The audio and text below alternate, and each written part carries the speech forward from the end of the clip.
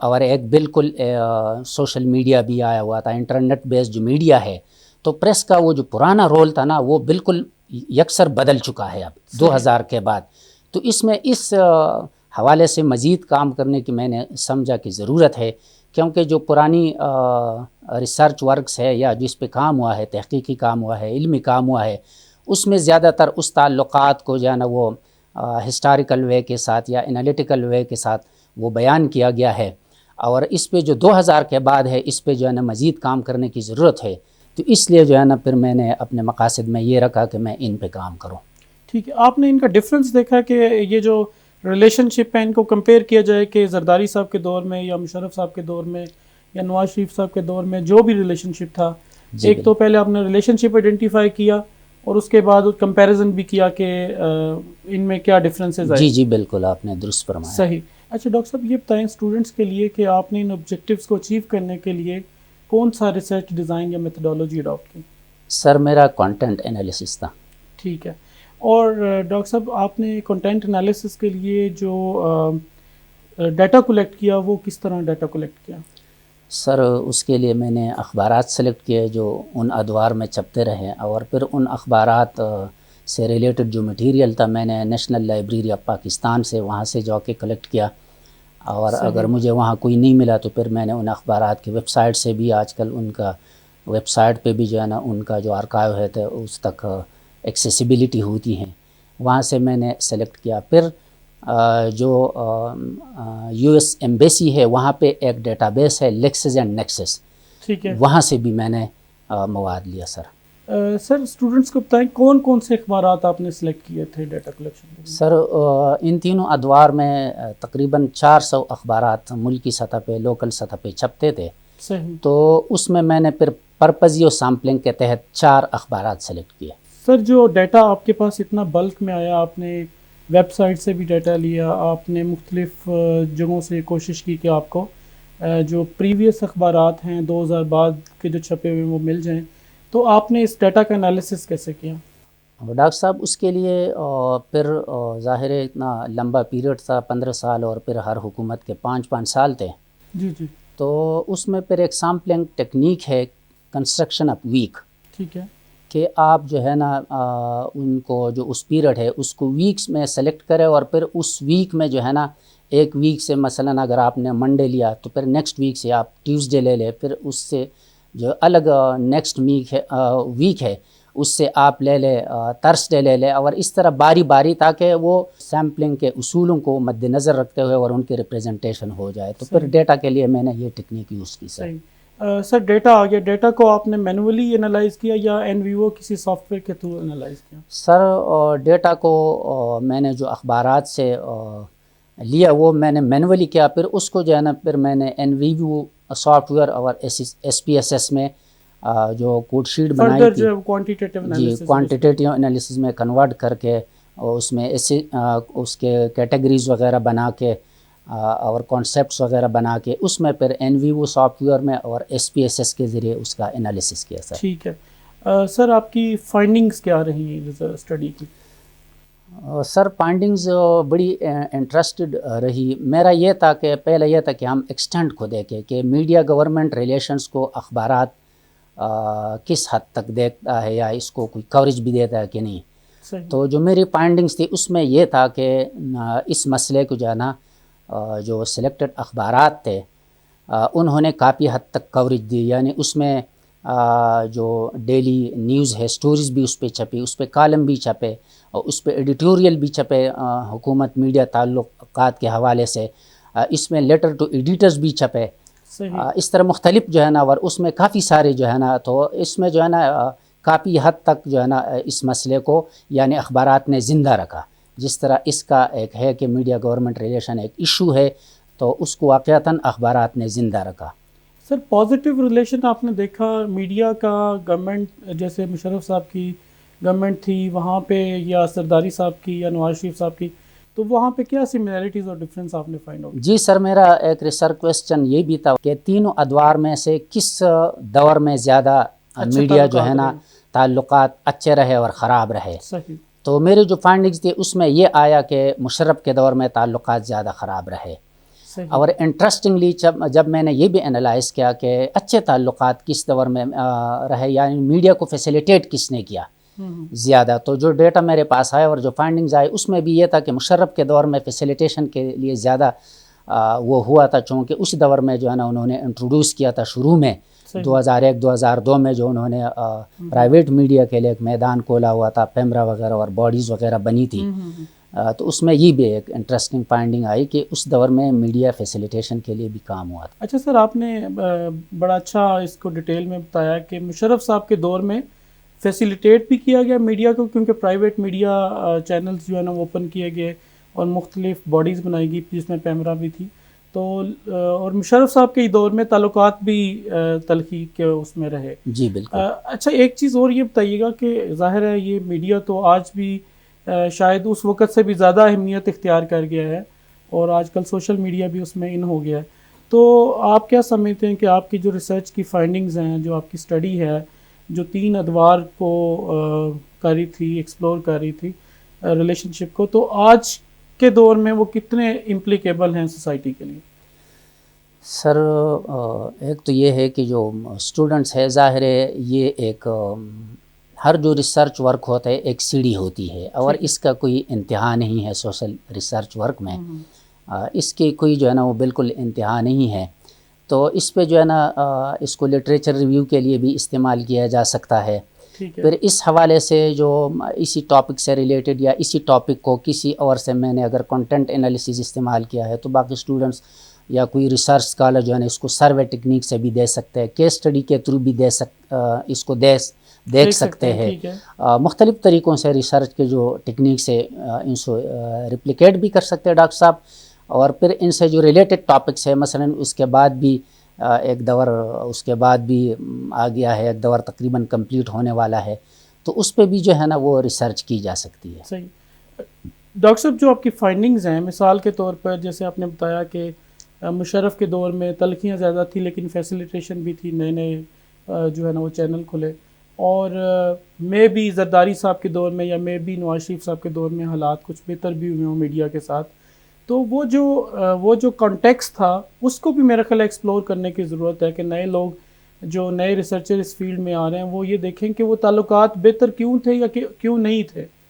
اور ان چیزوں کو وہ جو وجوہات ہیں ان کو بھی لرن کیا جائے، اور آج کے دور میں جو میڈیا جو ایک نئی شکل اختیار کر گیا، سوشل میڈیا کی شکل اختیار کر گیا، تو اس کو گورنمنٹ کے ساتھ اگر تعلقات ان کے بہتر کرنے ہیں تو وہ کون سی چیزیں ہیں جو گورنمنٹ کو کرنی چاہیے اور جو میڈیا پر جو سوسائٹیز ہیں یا میڈیا کے لوگ ہیں ان کو کرنی چاہیے تاکہ تعلقات جو ہیں وہ بہتر ہوتے چلے جائیں؟ جی بالکل ڈاکٹر صاحب، جس طرح مشرف صاحب کے دور میں شروع میں میڈیا فیسیلیٹیشن ہوئی اور انہوں نے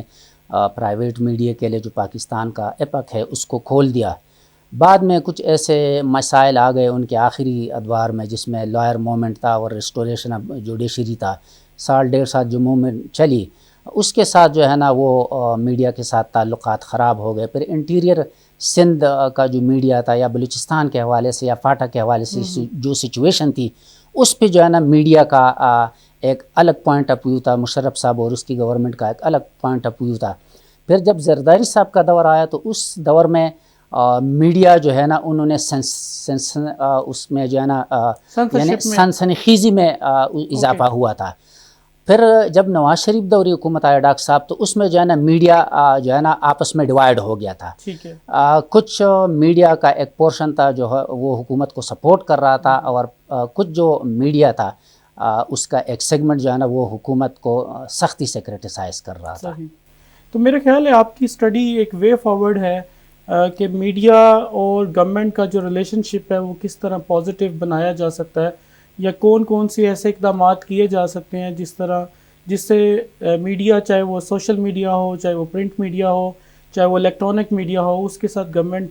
کی جو سوچ ہے یا ڈائریکشن ہے ایٹ لیسٹ وہ الائن کی جا سکتی ہے اور اچھے تعلقات پیدا کیے جا سکتے ہیں۔ جی بالکل ڈاکٹر صاحب، آپ نے پی ایچ ڈی یہاں سے کی، تو آپ اسٹوڈنٹس کے ساتھ اپنے ایکسپیرینسز شیئر کریں کہ آپ کی پی ایچ ڈی کا جو جرنی ہے وہ کیسا رہا ہے، اور آپ کی جو لرننگ ہے جو آپ نے یہاں سے کی ہے وہ آپ کی پروفیشنل لائف میں اور پرسنل لائف میں کتنا انفلوئنس کر رہی ہے؟ اور ڈاکٹر صاحب ریسرچ ایک وسیع میدان ہے، اور پھر جو علامہ اقبال اوپن یونیورسٹی ہے اس کا اس کا جو نظام تعلیم ہے اس میں اسٹوڈنٹس کو بہت زیادہ مواقع پرووائڈ کیے جاتے ہیں. تو یہاں کے جو اسٹوڈنٹ ہے، یہاں جو اسٹوڈنٹس انرولڈ ہے، میں ان سے کہتا ہوں کہ یہاں کا جو نظام ہے آپ کو جو ہے نا پرنٹڈ بکس بھی دیتے ہیں یا ای بکس بھی دیتے ہیں، آپ کو جو ہے نا اسائنمنٹس بھی آپ کے چیک کیے جاتے ہیں. پھر اس کے علاوہ جو ہے نا آپ کے ساتھ وہ ورکشاپس بھی کنڈکٹ کرائے جاتے ہیں. تو اس میں جو ہے نا لرننگ کے جو ہے نا بہت زیادہ مواقع ملتے ہیں، اور اس لیے میں نے ڈاکٹر صاحب یہاں سے 3 ڈگریاں حاصل کی. اچھا، ماشاء اللہ. میں نے جو ہے نا یہاں سے علامہ اقبال اوپن یونیورسٹی کا جو نظام ہے اتنا پسند آیا کہ میں نے یہاں سے پاکستان اسٹڈیز میں بھی ایم ایس سی کی، پھر ماس کمیونیکیشن میں ایم ایس سی کی، اور پھر پی ایچ ڈی کی ڈگری بھی یہاں سے حاصل کی. تو یہاں لرننگ کے جو ہے نا بہت مواقع ہے. ریسرچ کے حوالے سے اسٹوڈنٹس یہ ہے کہ وہ ریسرچ کے لیے بہت زیادہ سے زیادہ وہ ریسرچ آرٹیکلز پڑھے، اور جو پریویس اسٹڈیز ہے، لٹریچر ریویو کا بہت زیادہ مطالعہ کرے، اپنے سپروائزر کے ساتھ بڑا کلوزلی وہ ان ٹچ رہیں. اور پھر یہ ہے کہ آن ڈیلی بیسس، چونکہ ریسرچ پروسیس جو ہے نا یہ تھوڑا سا لینتھی ہوتا ہے، ذرا مشکل ہوتا ہے، تو اس میں میرے ساتھ یہ بھی ایکسپیرینس ہوا. آپ نے کہا تھا کہ اپنے ایکسپیرینسز شیئر کیے. کبھی ایسا بھی ہوا کہ میں کئی گھنٹے بیٹھا ہوں یا پورا دن بیٹھا ہوں اور میں ایک نقطے پہ اڑا ہوں، لیکن میں بیٹھا رہا. اگلے دن پھر میں بیٹھا رہا، اور پھر میرے دماغ نے کلک کیا، اور اس دن پھر میں نے ایک ہفتے کا پورا کام کیا. ایک دن میں نے کچھ نہیں کیا، ایک دن میں نے ایک ہفتے کا کام کیا. تو اس میں کنٹینیوٹی بھی، جو ریسرچ پروسیس ہے اس میں کنٹینیوٹی بہت زیادہ ضروری ہے کہ آپ نے کنٹینیو کرنا ہے. مائنڈ کے اندر جو تھنکنگ ہے وہ چلتی رہنی چاہیے، وہ چلتی رہنی چاہیے ہر وقت. اس میں کٹ نہیں آنا چاہیے، اس میں کٹ نہیں آنا چاہیے. کبھی آپ رکیں گے لیکن آپ نے گھبرانا نہیں، اور آپ نے جو ہے نا سوچنا ہے، ڈیلی بیٹھنا ہے، گھنٹہ بیٹھنا ہے، 2 گھنٹے بیٹھنا ہے، لیکن آپ نے جو ہے نا اس میں وقفہ نہیں پیدا کرنا. صحیح. ڈاکٹر صاحب، اسٹوڈنٹس کے لیے یہ بتائیے گا کہ اگر کوئی اسٹوڈنٹ میڈیا کا ریلیشن شپ دیکھنا چاہے گورنمنٹ کے ساتھ،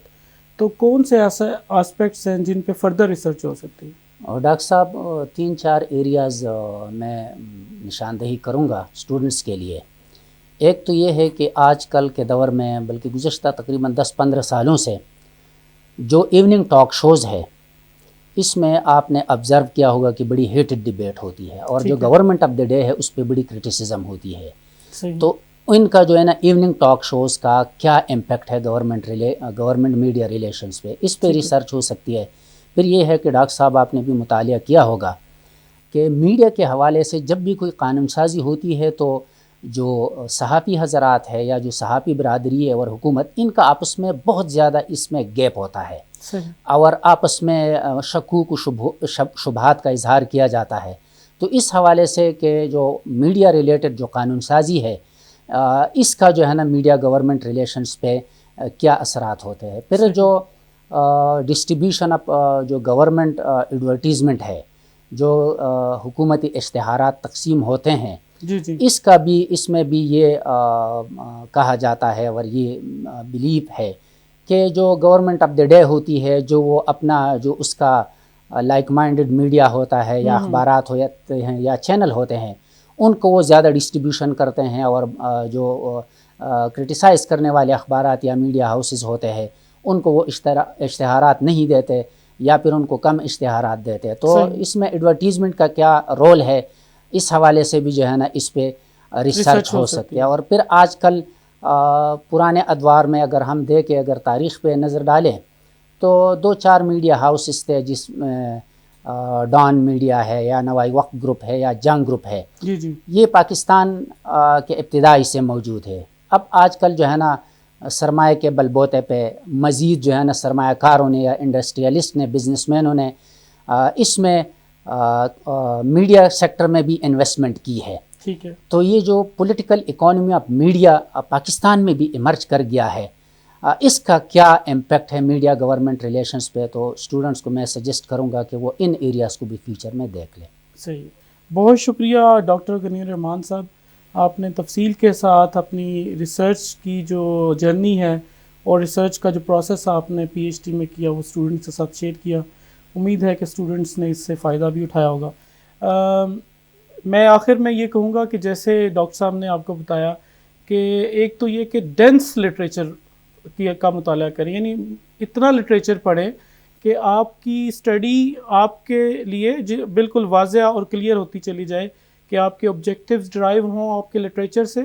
ٹھیک ہے، اور آبجیکٹیو جو براڈ ہیں ان کو آپ پھر ان پیک کریں آپ کے ریسرچ کویشچنس میں یا ہائپوتھسز میں. اور وہ انہوں نے بڑی اچھی آپ کو ایک جو ہے وہ ایڈوائز یہ کی ہے کہ آپ نے ایک تو پریشانی آتی بھی ہے پی ایچ ڈی کے ریسرچ ورک میں، تو آپ نے گھبرانا نہیں ہے اور کنٹینیوٹی کے ساتھ آپ نے کوشش کرتے رہنا ہے، کیونکہ کہیں پہ آپ اسٹک بھی ہو جاتے ہیں لیکن آپ کی جو تھنکنگ پروسیس ہے وہ کہیں درمیان میں کٹ نہیں ہونی چاہیے. یہ نہیں کہ آپ 2 دن کام کریں اور پھر اگلے 2 مہینے کوئی کام نہ کریں. تو آپ کنٹینیوٹی کے ساتھ کام کریں گے تو امید ہے کہ آپ جو ہے نا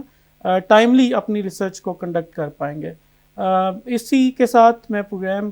میں آپ سے اجازت چاہتا ہوں. علامہ اقبال اوپن یونیورسٹی زندہ باد، پاکستان پائندہ باد.